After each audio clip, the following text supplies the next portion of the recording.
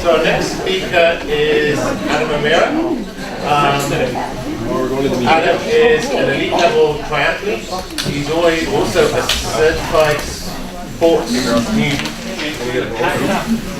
nutrition advisor. I've really tried everything when it comes to nutrition, for both everyday nutrition, event preparation nutrition, and during training nutrition. So I'd like to start off by separating those things.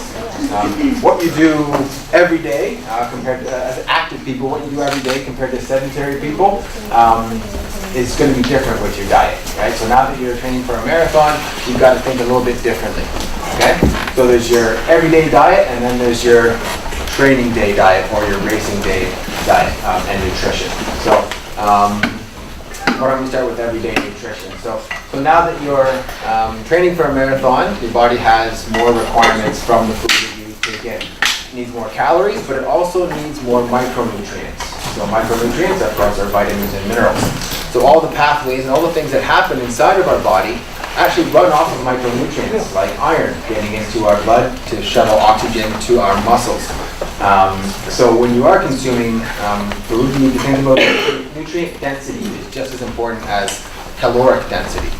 Okay? So what's that look like? Well, we all know that eating white bread every day all the time is not great because it's pretty nutrient devoid. Sometimes a bagel and cream cheese is the thing of choice, before a race or after a workout or something like that. And it's going to be fine, but on a daily basis, look to use more nutrient-dense things like root vegetables or whole grains that have been prepared properly, or fruits. I'm going to go out for a run after this, hour and 20 minutes, hour and 30 minutes or something.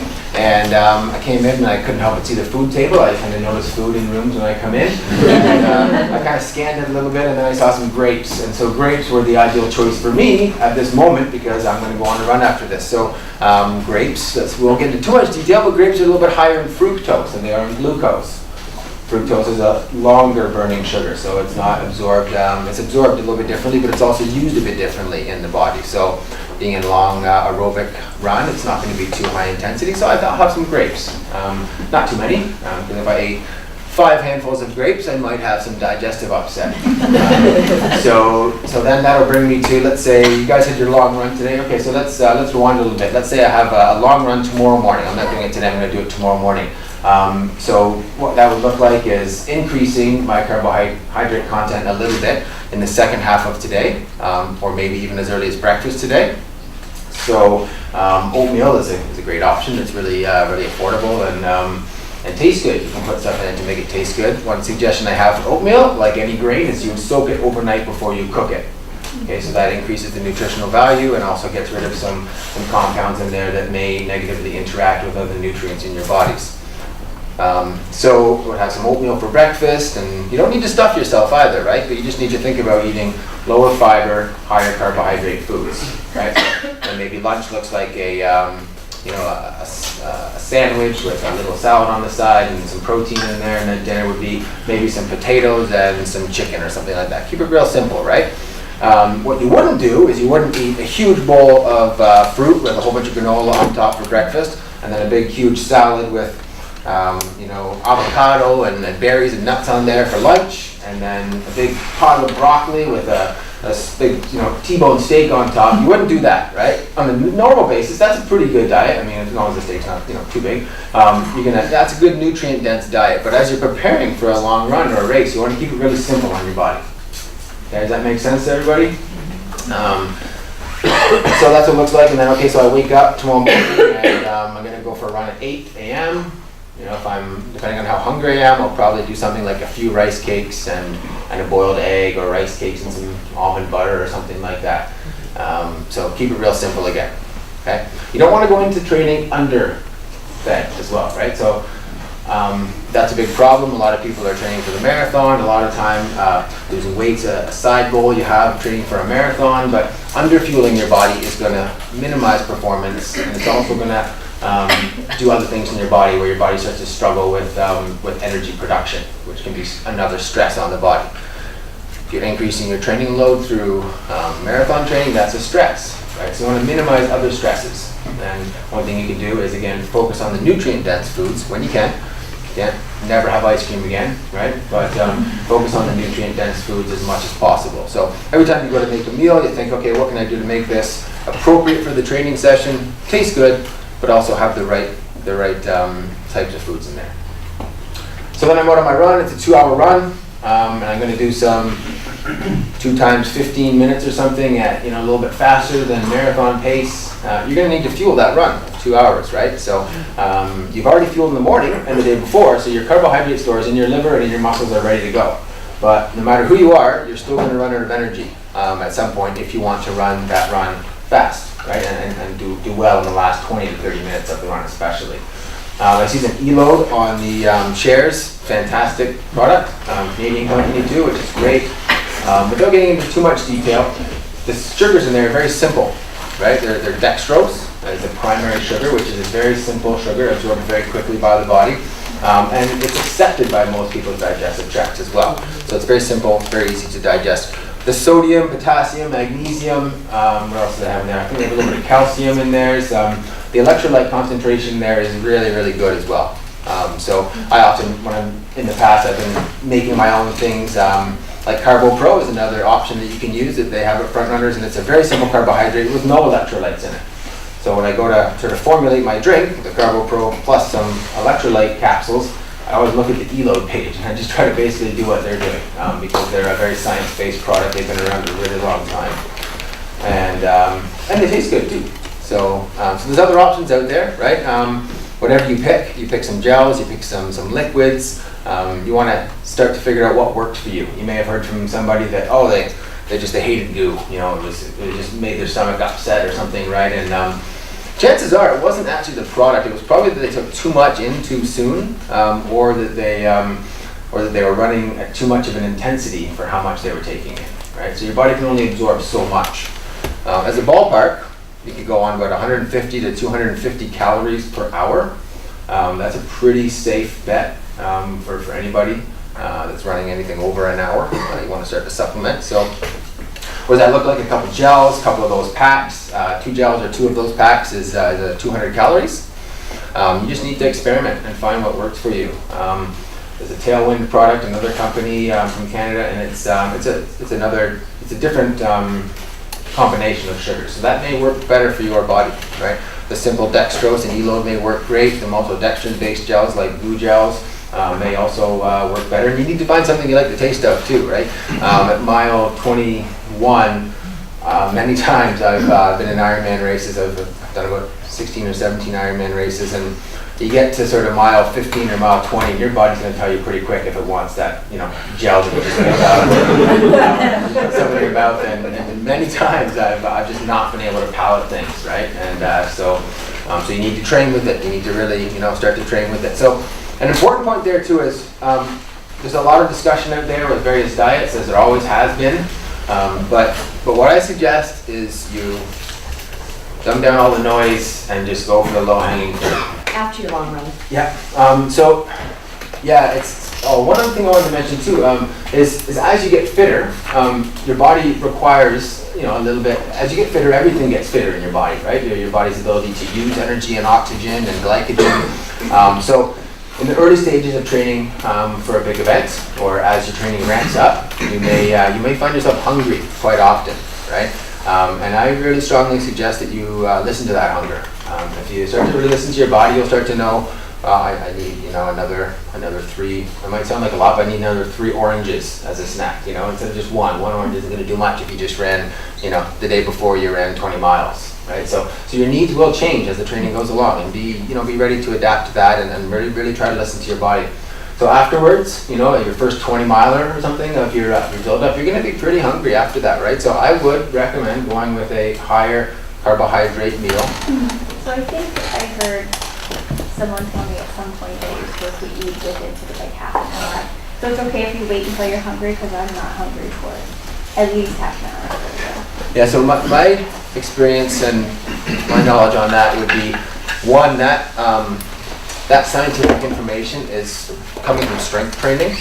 So for maximizing muscle hypertrophy, which is muscle growth, right? We're talking Arnold Schwarzenegger, like 1970s, when those guys were in California trying to figure out how to put on the most muscle. And if you ingest carbohydrates with protein immediately post-workout, then muscle growth synthesis happens much faster. The one thing for endurance athletes is if you can't eat enough in that sort of even a 2-hour window. So no, I don't think you have to eat within 20. My wife's the exact same way. You know, like she could come home from, you know, the Tuesday night clinic. She's just getting back into running after her second baby, and you know, and it's happened very regularly. You know, I'm like, it's a nice, nutritious meal made. I'm the chef in the house, right? And she's like, I can't even look at eating food right now. I gotta have a shower. You know, and so Max and I, my son, are kind of sitting there like, okay, can we eat? You know, so yeah, you know, don't stuff it in, because if your body's still stressed, then it's not going to digest the food well, right? If it's, you know, stressed out from the workout, which it often is, right? You know, then it's going to be hard to digest. You know, that sort of, say that nice meal that, you know, is ready for you or that you need to make. So yeah, as long as you get enough food in, the 2 hour is when your basically your receptors in your muscles and in your body start to get less sensitive to food. Is starting about 2 hours after the workout, and it is sort of, you know, a scale from right after the workout. You know, from that first half hour, it's most sensitive, and then it trails off. But I mean, I'm going to do this run now, and I have nothing in my car to get me home. I have a bottle of water. I had enough food this morning that I wasn't too worried about it. So it's going to be about an hour, 20 minutes. Not that stressful of a run. I might stop at the Red Barn Market to get some food. Maybe I'll get a piece of fruit there as well.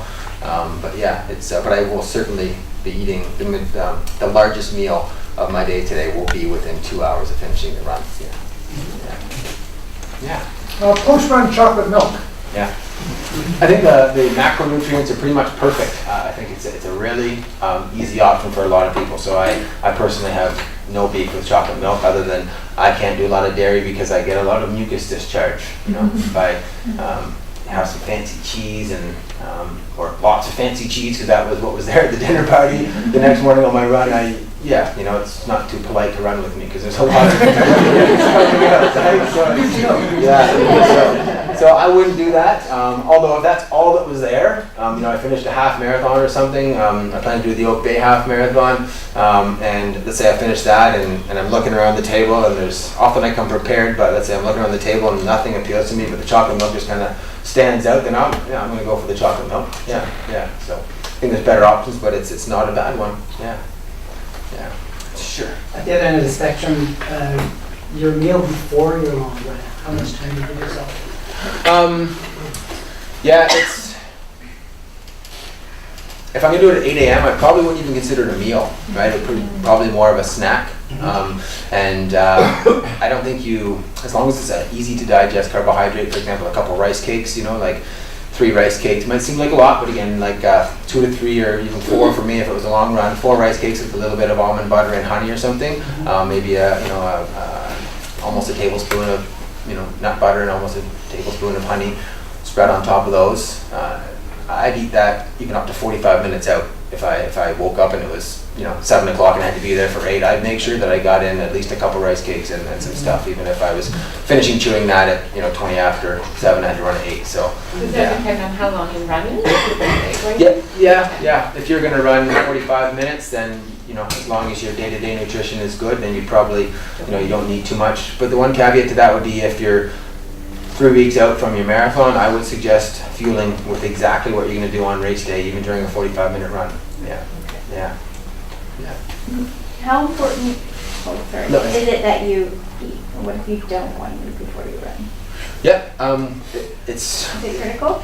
No, in that case, I mean, I would start fueling right away. You know, like 15 minutes into your run, and start sipping on something, or start, you know, taking half a gel in. If you can get some form of calories in you, it's like my wife, same thing. 8 o'clock Sunday morning run. She's not going to eat anything. I got to force a rice cake down her, but as long as I can get that coffee and tea, you know, with her coffee and tea that goes with her cream and sugar, then it's, you know, she's got something. So it's good, you know. But something is good, because your body's about to work hard and needs those resources to do it. So but start fueling right away if that's your only option. You know, you got to just get up and go and be prepared. Sure. There's one waiting back here. So if you were to find yourself on the beginning of January that you realize you have a little too much cheer in December, and so you've got a few extra kilos on, and you're also ramping up your training at this time, getting ready for the season, there's a bit of tension there because you're wanting to kind of get those pounds off, but you're also needing to fuel well for your workouts. Any sort of hints or help or guidelines for that? Yeah, so they're gonna kind of seem contradictory, and it's actually probably a topic that goes beyond my scope of what I can explain. I follow a lot of really smart people in the sports nutrition world, and they'd be better served, of course, to explain it than I would, but I think that the single best way to start to get down to race weight is to cut out refined carbohydrates and sugar. Just don't say no to the to that bagel after the workout when it's a bagel and egg lettuce sandwich or something you're gonna have after workout to do it but in general you gotta start to say no to the chocolate bars at the lineup or the remaining the cupcakes. And I know it's hard, but if it's in the house, you're probably gonna eat it too, right? So yeah, don't deprive yourself. I didn't drink any beer in January. I just decided not to drink anything in January, and my wife's breastfeeding still, and so I think I'll join you. And we'll drink nothing in January, and it was fine, right? But I enjoyed a beer last night. Really good, So I don't think I'd go much longer than a month, So when you're training hard, then you don't have to go 3 weeks without ice cream. I really don't think, but that's the single best way. And then the other thing is if you eat too little food, it's actually going to mess up, and this is where it kind of gets out of the scope of my comfort to offer information, is your hormones start to get involved when you're underfueling your body, and your hormones are way more powerful than anything else. Food, mental, strength, ability to resist eating food. Your hormones will overrule everything. And they will start to store fat if they don't think you're getting enough. It's a survival mechanism, right? And it's amazing what the body can do with hormones. In a caloric deficit, you can still put on body fat. It's pretty wild, yeah. So I would recommend fueling well and just eating nutritious food as much as possible when you're hungry. It'd be amazed too if you're peckish after the day after a long run is when I get the most peckish. So I have a huge breakfast the day after a big workout. If I don't, I'll just be ravenous all day long. So make sure you get in a good amount of food. Sure. Speaking of hydration, I struggle before a long run between really wanting coffee and trying to get enough water in, and then often not are we allowed to have coffee before a long run? Yes. Does it dehydrate you? It's not. So the science, if you look into this sort of thing, you can find studies that will say it's not a diuretic. You can find lots of studies that will say it is a diuretic, meaning it's going to increase urine flow, right, and dehydrate you. The best coaches I've had some really high quality coaches, and again, followed a lot of smart people, and they all say if you drink coffee on a regular basis and you want that before your run or your workout, then you should have it. You should have it. I don't drink a lot of coffee. I have gone through phases, and I like coffee. But if I wake up on a Sunday morning and I'm going to go for a long run and I just don't feel 100%, then it's a great thing to have. But if your body's also used to it, right, every day, which is fine. It's the most widely drank beverage besides water in the world, I think, right? Coffee. So if you're used to it, then you want to make sure your body just thinks of an everyday. Okay, everything's taken care of in the morning, and coffee does other things too in the morning. So it can help with those. Yeah. How much water should people be drinking in a day before they run or during their run?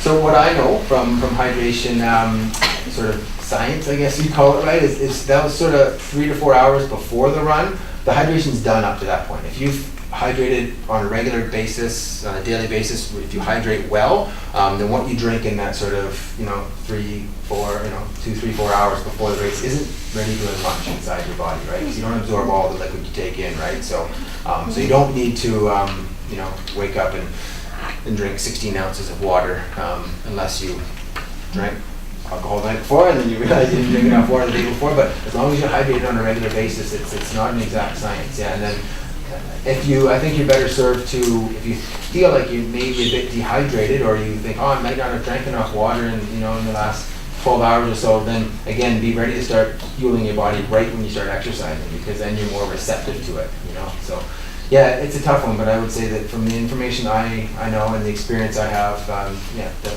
within 3 or 4 hours before you run, you're not absorbing much of that for muscle actual hydration, cellular hydration.